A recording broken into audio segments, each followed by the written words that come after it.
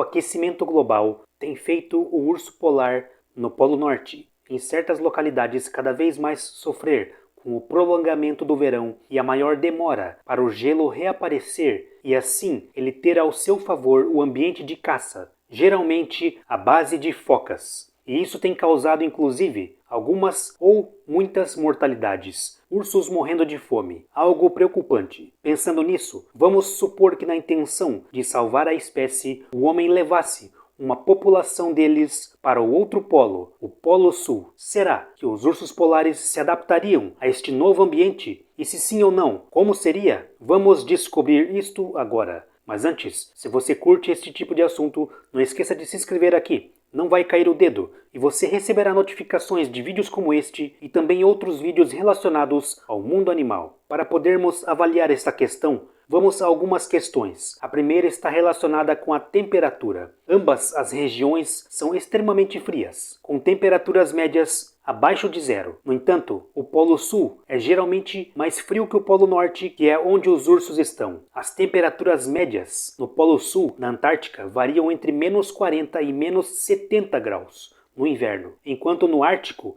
onde os ursos polares estão, variam de menos 30 para menos 40 graus no inverno. E mesmo no verão, no Polo Sul é bem mais frio, com cerca de menos 28 graus, enquanto no Polo Norte é cerca de 0 graus. Mesmo que o urso polar seja adaptado para um frio extremo, tendo camada de gordura, pelos e subpelos, essa diferença é significativa e não sabemos como ele reagiria a ela. Outra questão, a cobertura de gelo. No Ártico, há uma grande quantidade de gelo flutuante, conhecido como calotas de gelo. Essas calotas de gelo são formadas pela água do mar congelada. Já no Polo Sul, o gelo é principalmente terrestre, formado por uma enorme camada de gelo que cobre a Antártica. A camada de gelo antártico é extremamente espessa, chegando a vários quilômetros. Os ursos polares são excelentes nadadores que geralmente dependem de plataformas de gelo flutuantes para se deslocar e também para caçar. E essa diferença de ambientes poderia ser um obstáculo a mais. A outra questão envolve fauna e flora. Na vida selvagem do Ártico e na Antártica é bastante diferente. No Ártico,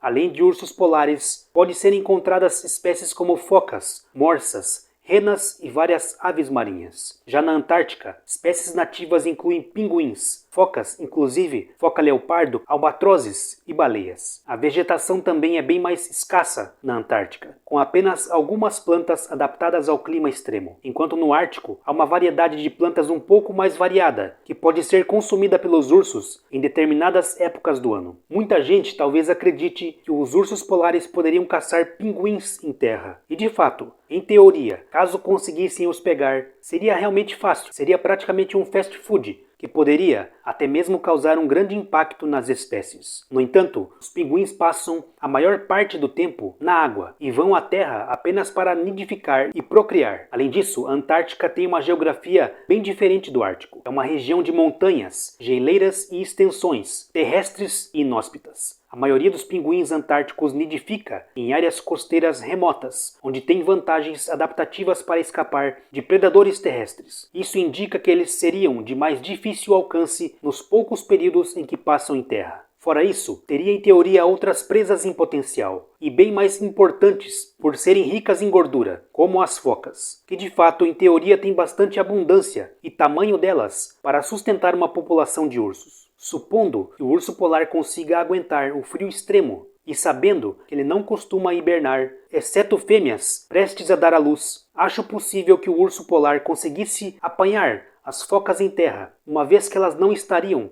acostumadas com a presença de um predador mais rápido que elas ali, que poderia ter uma grande vantagem de mobilidade. Mesmo a foca leopardo, que é uma das maiores predadoras de lá, correria este risco, e no início da introdução do urso, acredito que ele até possa as surpreender. Na água, uma foca leopardo em teoria poderia ser até perigosa para um urso, mas acredito que não a ponto de matá-lo. Mas de início, talvez essa passividade das focas frente a um urso em terra pudesse causar um grande desequilíbrio entre algumas espécies. Ainda assim, pode ser que depois de um tempo de adaptação, isso tenderia a ficar bem mais difícil, com as focas se acostumando com a presença do urso, ou ficando menos em terra ou em regiões de mais difícil alcance, e assim que avistassem um urso, mergulhassem na água e escapassem. o que, com a diferença de ambientes comentada no início do vídeo, poderia tornar esta caçada bem mais difícil. Tem uma outra espécie de animal que poderia bater de frente com um urso, mesmo em terra. No caso, elefantes marinhos machos adultos. Provavelmente o urso evitaria este animal pela grande diferença de tamanhos. Em resumo,